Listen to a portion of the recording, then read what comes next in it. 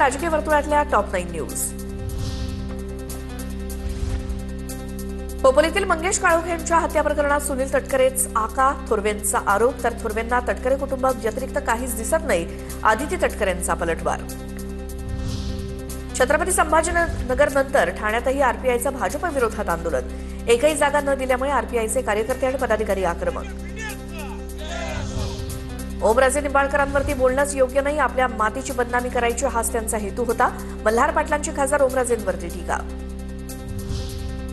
आमदार बाबासाहेब देशमुखांच्या कार्यकर्त्यांनी अनिकेत देशमुखांच्या कार्यकर्त्याला मारहाण आणि शिवीगाळ केल्याचं प्रकरण. शेकापच्या कार्यकर्त्यांनी सांगोल्यात घेतली बैठक.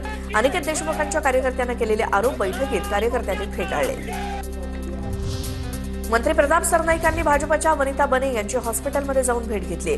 भाजपकडनं बने यांची मुलगी श्रद्धा बने हिला महापालिकेचे तिकीट न मिळाल्याच्या धक्क्यातनं वनिता बने यांना हृदयविकाराचा झटका आला होता. माजी नगरसेवक अनिल कोकिळ यांच्या शिवसेना प्रवेशामुळे ज्येष्ठ शिवसैनिकांचा संताप. अनिल कोकिळ यांनी दिलेलं साहित्य शिवसैनिकांनी जाळलं. कोल्हापूर पालिका निवडणुकीसाठी उमेदवार ठरवू शकत नाहीत, ते विकास कामं काय करणार? काँग्रेसचे नेते सतेज पाटलांचा महायुतीवर निशाणा. स्वतःच्या कार्यकर्त्यांना न्याय न देऊ शकणारे कोल्हापूरकरांना काय न्याय देणार? सतेज पाटलांचा हल्लाबोल.